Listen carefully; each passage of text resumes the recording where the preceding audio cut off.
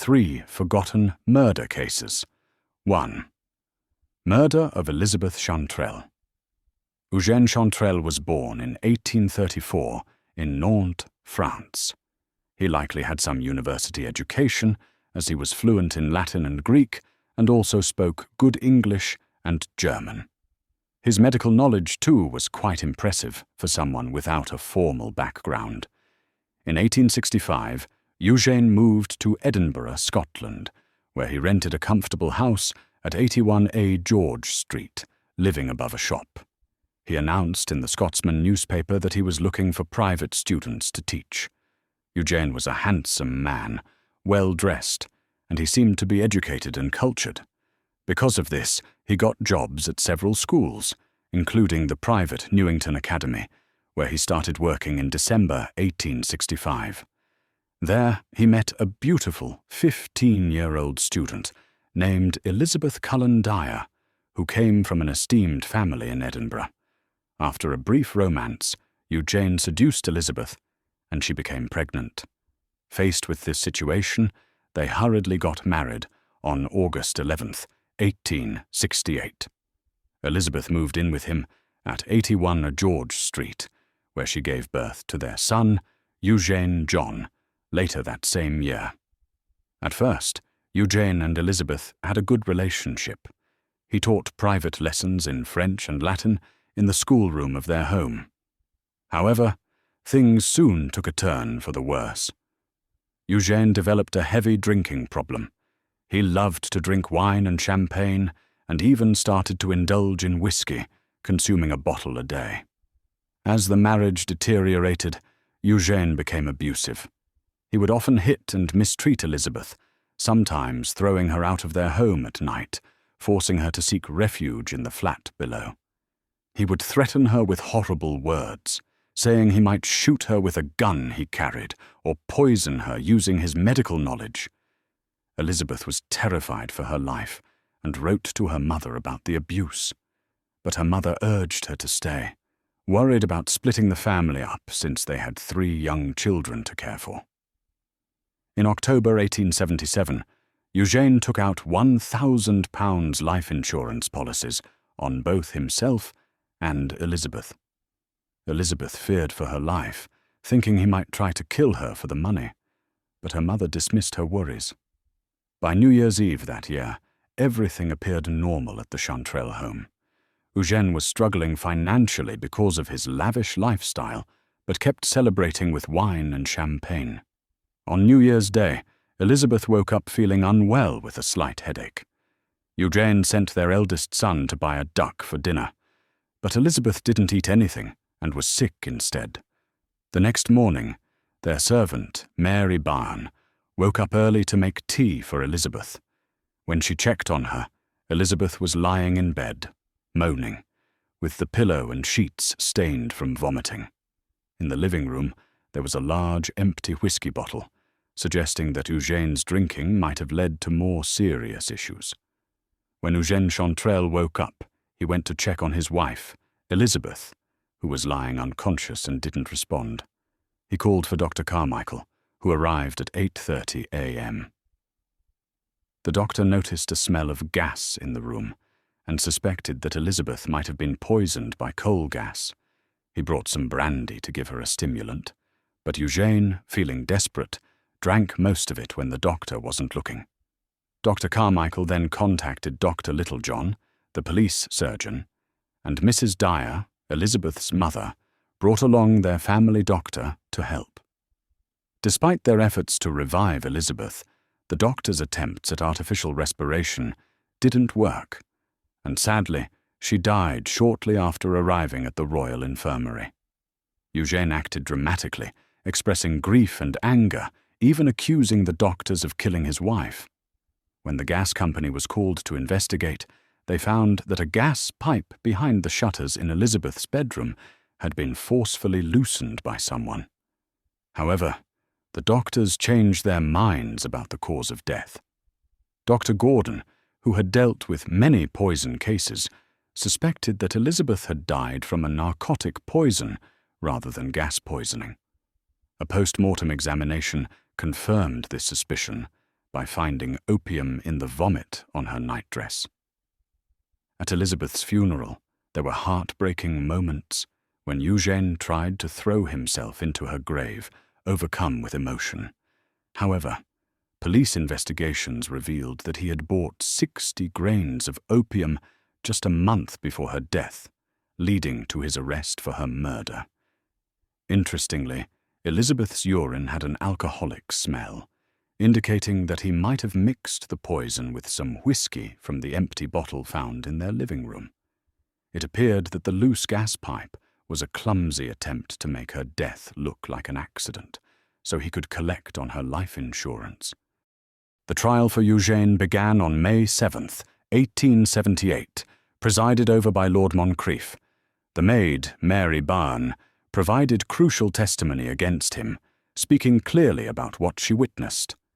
There was an emotional moment when their young son, Eugène John, described how his father would call his mother names, shout at her, hit her, and make her cry. A former maid recounted an incident in 1876 when she had to rescue Elizabeth from Eugène's abuse. They had reported it to the police, and the furious Eugène had ominously shouted, "I will do for the bitch yet!" This chilling remark now seemed all too prophetic. The medical evidence clearly indicated that Elizabeth had been poisoned with opium. The defense faced a tough challenge, focusing on finding witnesses who could support Eugène's claims and show that he wasn't always violent toward his wife. However, the jury ultimately found him guilty, and Lord Moncrief sentenced him to death. Given his actions, there was no chance for Eugène to escape his punishment. When he learned he was going to be executed, he reacted with rage, exclaiming, "If only I could blow this world to pieces along with humanity. I hate them."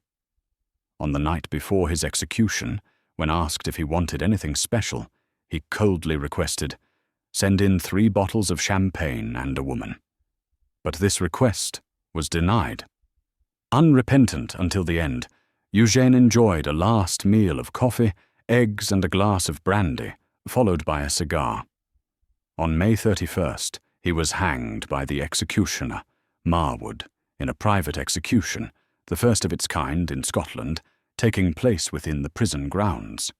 Meanwhile, crowds of murder enthusiasts gathered on Calton Hill, buzzing with excitement, but they could only catch a glimpse of a black flag being raised on the prison's turret in the bright spring sunshine, marking the grim event.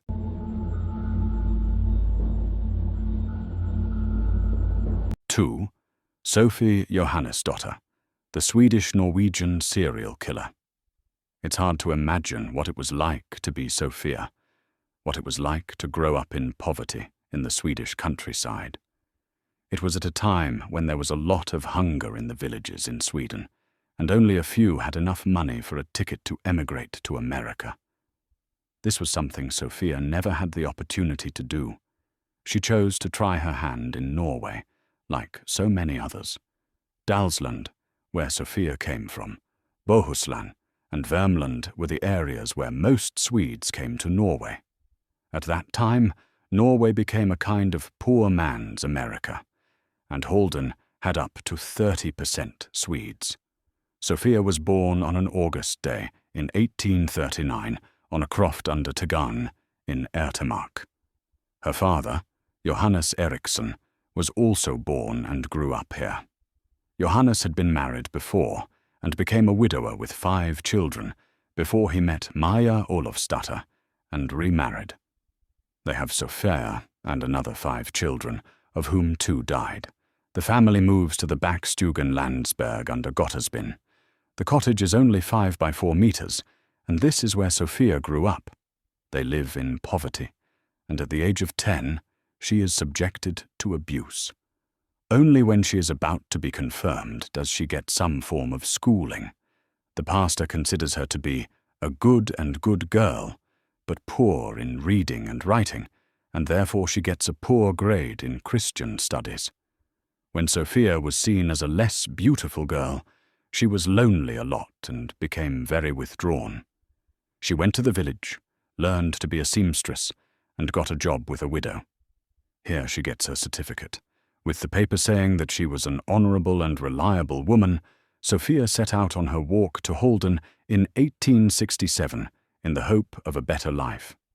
She first worked for a while at the cotton spinning mill, before she, in the autumn of 1868, got a job as a maid in the mansion of timber merchant Niels Anker Stang and Catherine Elizabeth Foyne Veal. They were among the richest in Holden. In the next few years in Stang's mansion, Sophia will prove to be far from honourable and reliable and turn into a murderer, arsonist, and thief. Maren Johannesdatter suddenly fell ill one evening in October 1869. She had vomiting and diarrhea and underwent severe pain. She was sent to Ebenezer Hospital. Here she got worse. Her head hung limp, and she became paralyzed in her arms and legs. 2 days later, she died in the hospital. On Saturday evening, October 12th, 1872, Catherine Elizabeth Stang began to feel unwell. In the morning of the next day, she developed mild diarrhea and pain in her stomach. That same evening, she had violent vomiting, and throughout the night, this lasted. The next day, there was pain in the abdomen, leg cramps, and burning throughout the body. Finally, completely powerless, and died on October 15th. On the night of December 10th, 1874, Niels Anker Stang suffered severe abdominal pain, vomiting, and diarrhea. He went through in detail the same ailments as his wife and died on the evening of December 11th. It is February 10th, 1875, just around 10 p.m. 3 shots from the Queen's Battery at Frederikston Fortress tell that there is fire loose in the city. There is a fire in the attic in Stangården, but it will soon be extinguished. The top part of the house is destroyed, but the rest is saved. From inside the house, the sick 16-year-old Mathilde Veal is carried out, and no one in the house is injured. While the fire is going on, Sophia is seen outside, standing and watching. She hands an old lady a matchbox and whispers, "Take these here." The old lady goes straight to the police. The next day, Sophia, along with several others, is summoned for a fire interrogation by Police Chief Wessel. They find out that the fire is set, and suspicion is quickly directed at Sophia. She is taken into custody. She lies and says that she has never been to the attic that night, but several people have seen her carrying clothes and belongings out of the house before the fire. Her chest of drawers has also been moved out to the house next door. Mathilde Veal has said that Sophia has twice gone to the attic before the fire with a candle to close the window and get a pillow. Sophia becomes entangled in contradictions and finally has to admit that she was in the attic on the night of the fire. Several witnesses tell Police Chief Wessel about things Sophia has done and said. She is not particularly well liked by her co-workers, and several have left their jobs because of her. They say that she is rebellious, lying and mean, and is slandering the others she works with. After questioning young Mathilde Veal, who tells how Sophia was put in charge of her, and more or less forced her into a glass of juice, and that Mathilde soon after became very ill.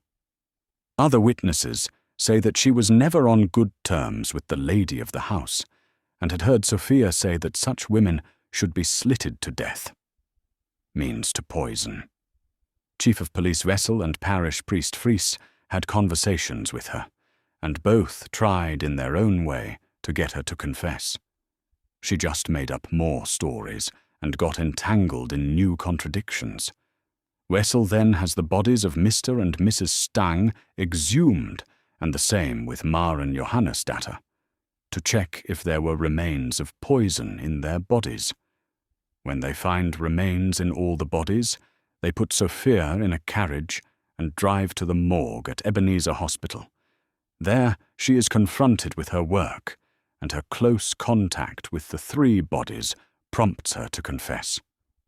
0.28 grams of arsenic were found in both Mr. and Mrs. Stang, and even though Maren's body had been in the soil for 6 years, they found 0.08 grams in her as well.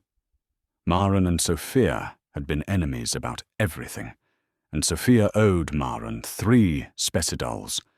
Sophia said that the reason for the murder was that she was angry with Maren and wanted to get rid of her.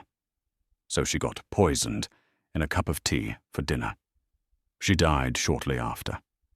Mrs. Stang had never liked Sophia and had accused her of theft on several occasions, attempting to get her fired. But Mr. Stang had prevented it. She had also refused to let Sophia go to church. So the lady had gotten married over a cup of coffee in the morning on the day she became ill. Sophia could not tell exactly why she chose to kill Mr. Stang with poison in barley soup, and said that she had long thought about killing her husband. Her words were, "She was bored and went into a state of lethargy, but was aware of what the consequences would be of the poisoning. It has come to light later that a family member had asked Sophia if she would stay and take care of Mr. Stang until her old age for a sum of money. This is what the court thought could be the reason." She explained the attempted murder of Mathilde Ville by saying that she wanted to free herself from the hassle associated with caring for her in her illness. But she had not had enough poison, so she set fire to the house with some strips of cloth soaked in kerosene. Her defense attorney did not defend her well.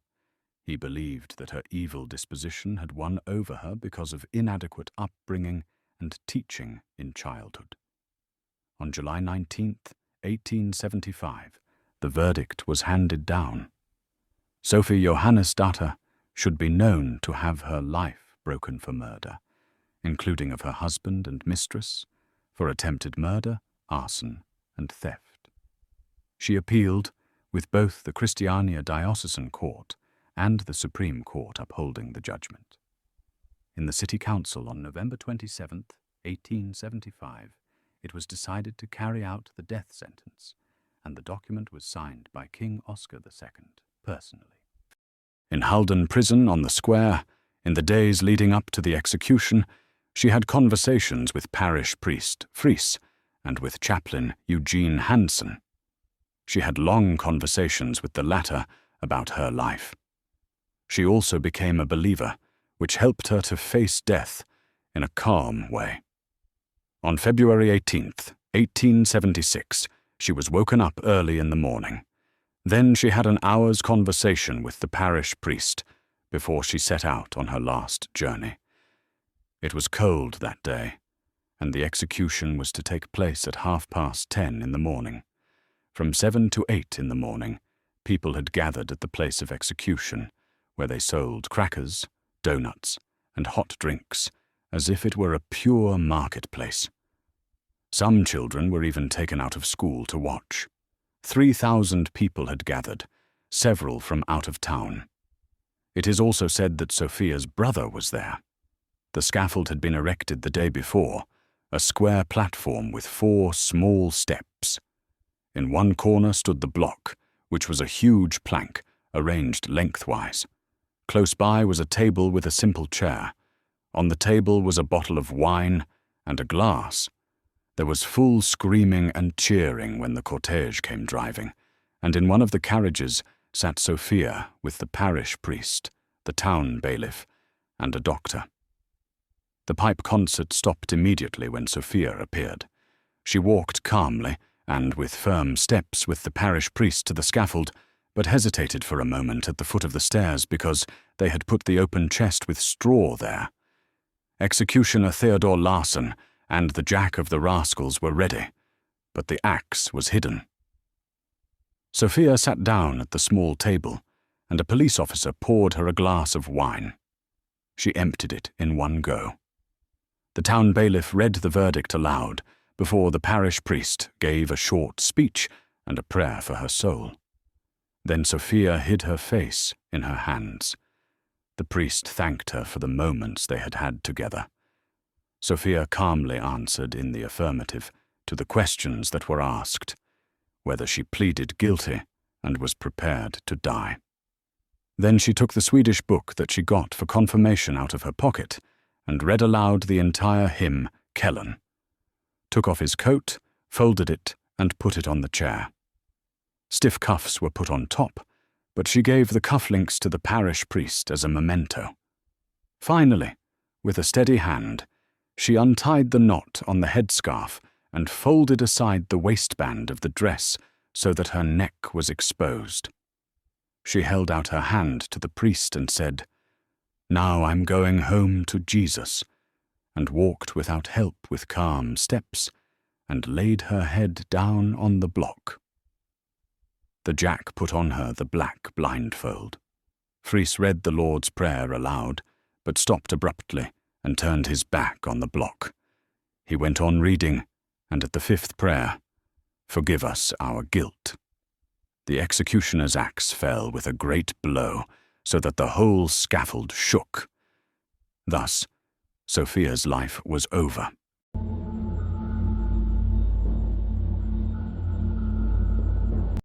(3) The Christy Warden murder. George Abbott started stealing as a child, and by the time he turned 30, he had spent a lot of time in jail. After he got out of prison, he changed his name and tried to live a good life by traveling and working honestly.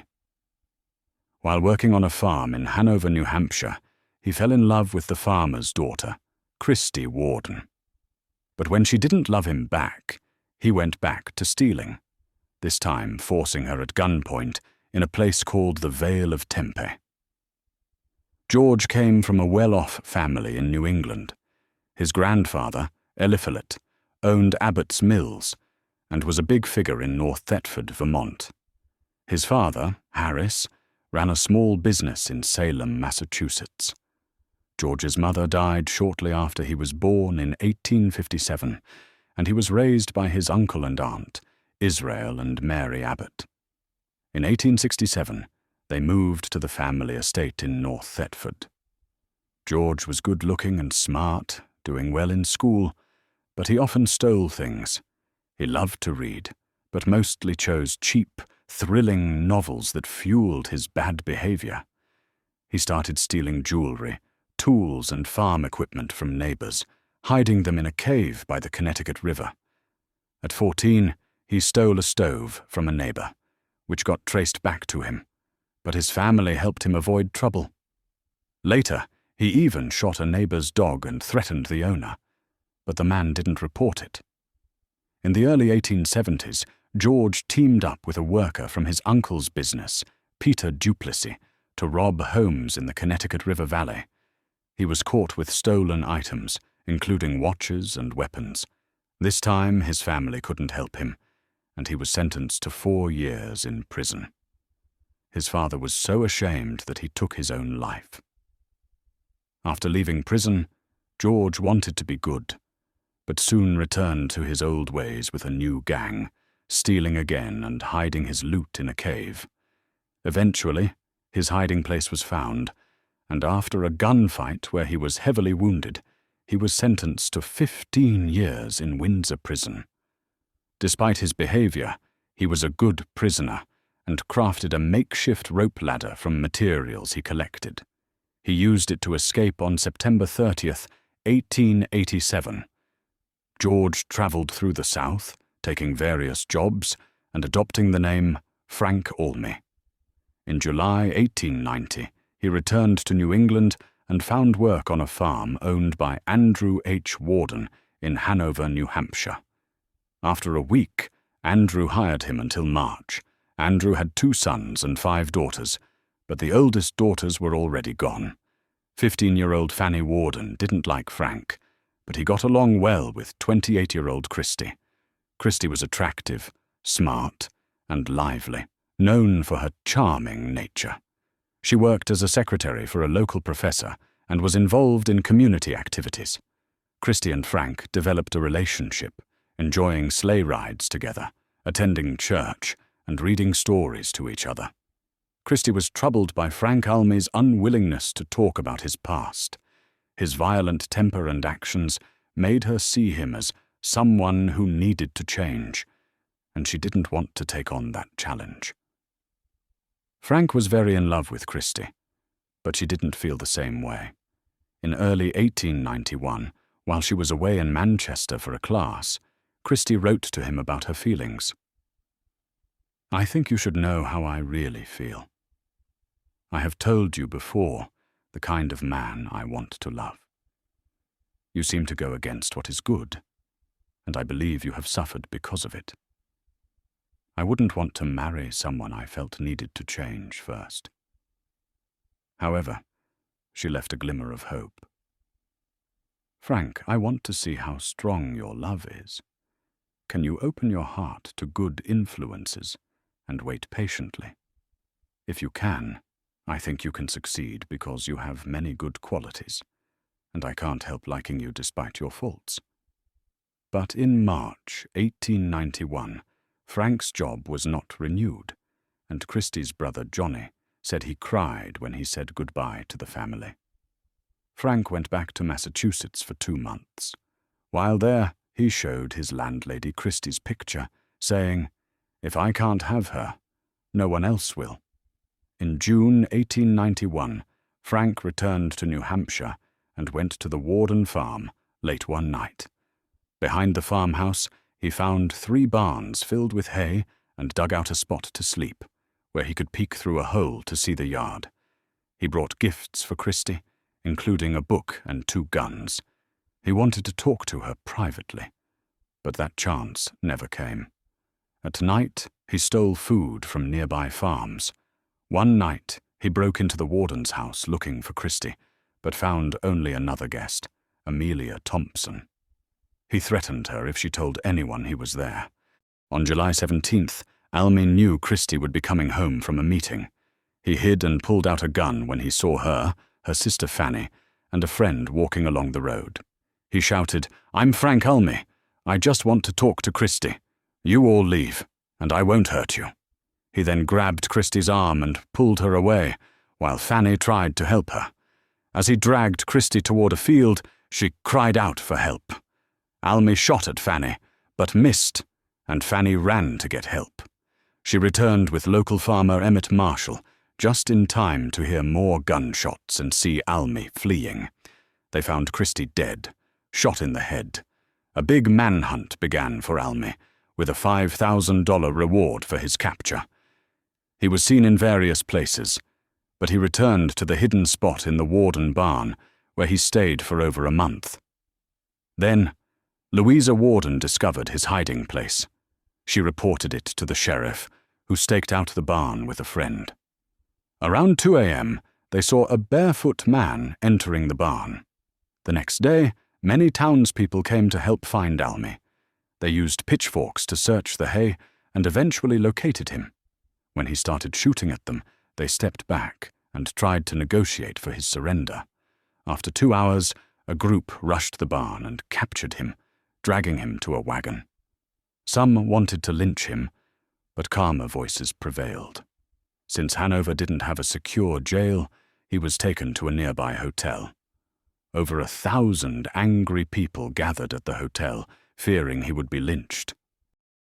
In his trial on November 16th, 1891, Almy pleaded guilty, but chose to have judges decide if he would be charged with first or second-degree murder.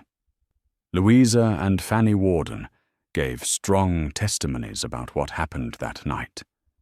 2 doctors confirmed that the shot to Christy's head couldn't have been accidental, and the second shot was fired after she was already dead. Frank spoke for hours in his defense, claiming he loved Christy, and that if the Warden family had treated him kindly, he wouldn't have been in that situation. The judges decided on first-degree murder, and Almy was sentenced to hang in December 1892.